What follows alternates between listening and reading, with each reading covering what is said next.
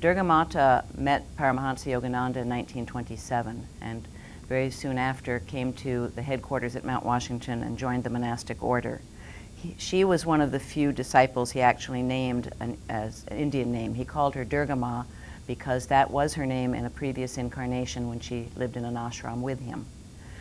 For many years she was very closely working with him in a number of chores and tasks, helping build, helping spread the organization. He also had her carefully assigned to assist Rajarsi Janakananda, James Lynn, who after Yogananda's passing became president of Self-Realization Fellowship.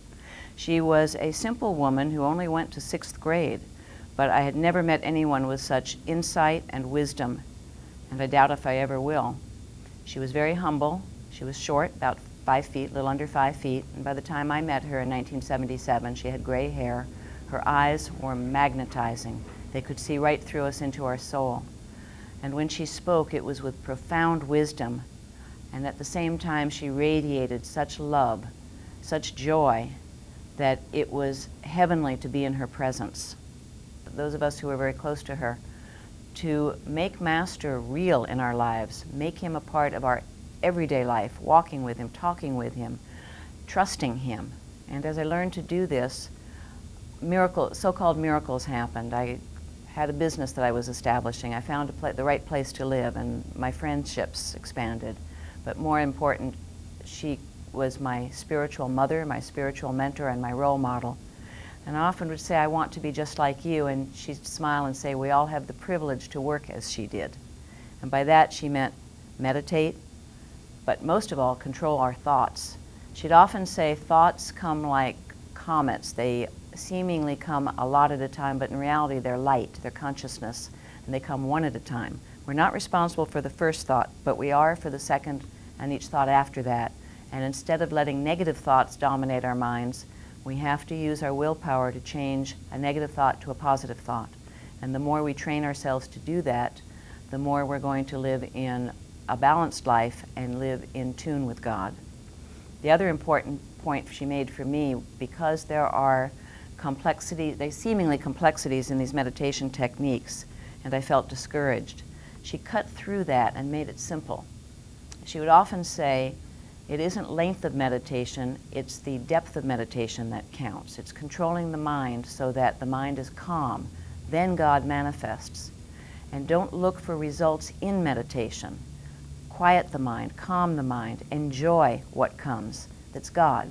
And God is manifest differently for every devotee, for every person from different day to day. And instead of dissecting or analyzing, what does this light mean? What does this sound mean? Or, I don't see any light, I'm doing something wrong. Make the mind be quiet. Know that God is manifesting. That is what meditation's all about, and enjoy.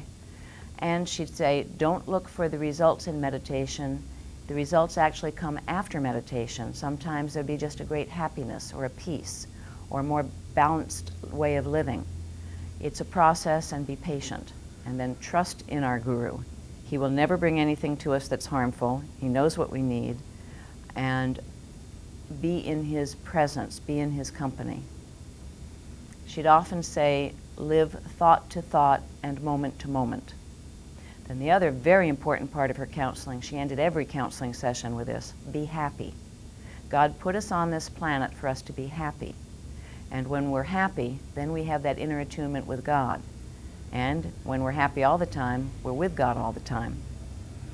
I often thought this earth is a difficult place.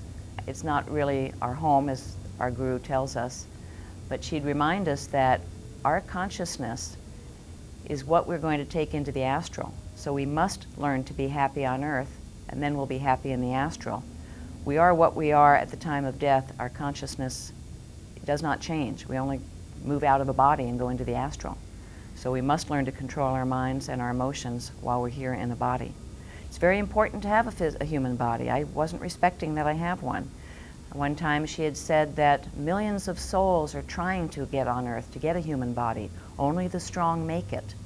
And as we get closer to wanting God, to wanting liberation, God arranges that we can get bodies quicker because God wants us liberated. God wants us back with him.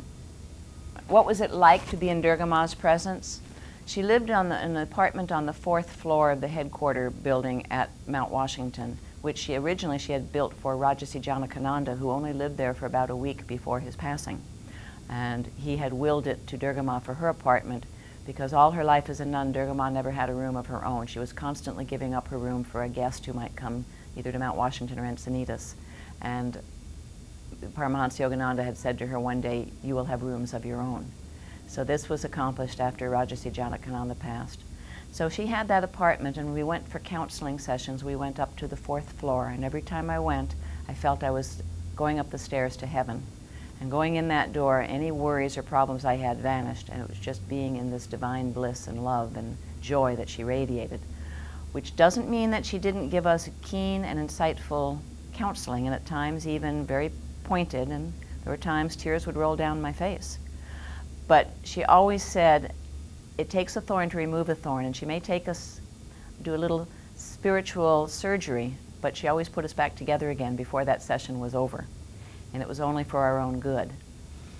She radiated such wisdom and love. Her counsel was insightful and always deeply intuitive and very, very helpful. It took me a few months after I met her to understand what it was to be counseled. This was new to me. And one day she looked at me very strongly and said, "Why won't you let me help you?" I said, "What do you mean? I thought I was supposed to do this myself. I have the lessons, I'm supposed to meditate." And she explained how, as a counselor, she had a different perspective. She could see personalities and situations from a wider perspective. And also, she said to me, "I don't want to see you suffer." That got through to me. All my life I'd had people around who either wanted to see me suffer or were contributing to my suffering, which is why I was so keenly looking for a spiritual path that would bring me happiness. And here was this wonderful person who didn't want me to suffer. I'd never met anyone like this in my life.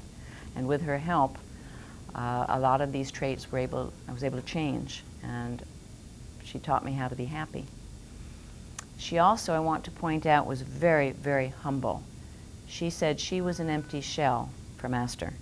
And often she'd talk, and especially when I was first near her, she would shake her finger and say, "Now listen, this is Master talking. You pay attention." And even if a few weeks later I'd ask more about that particular point, she wouldn't remember. It would come into her consciousness, she'd say it, and then it would be gone. But she would say she was an empty shell, and she would encourage us all to be empty shells.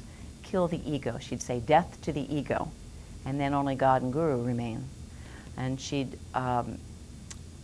ask us to be in tune, to be serving rather than working for our own gain, whether it's money, position, career. That wasn't what mattered. What mattered was being in tune and being serviceful. I was trained as a journalist, so I had my notes and I would ask questions, and I'd go up with my list of questions. And sometimes she would answer them, and she would very patiently answer a lot of questions, from very simple, mundane ones to do with diet to the deeper ones about spiritual development. But she didn't always let us direct this. One day I went up with my list of questions, and before I could open my mouth, she gave me the worst scolding I ever had in my life. And she was really, the sword of Durga was flashing. You know, Durga is one of the aspects of Divine Mother. And in Indian culture, one of Durga's arms hold a sword. And that sword was meant to represent slaying delusion. Well, the sword of Durga flashed that day when she scolded me for not trusting God. And it was only about 5 minutes into it, and the tears were pouring down my face. And she said, I said, "Why did this come up? I wasn't even going to ask you this." And she said sternly, "God wanted you to hear this." There were other times I'd go see her and she'd bring something up that I never told anyone, and she couldn't possibly have known unless she was in direct attunement with God.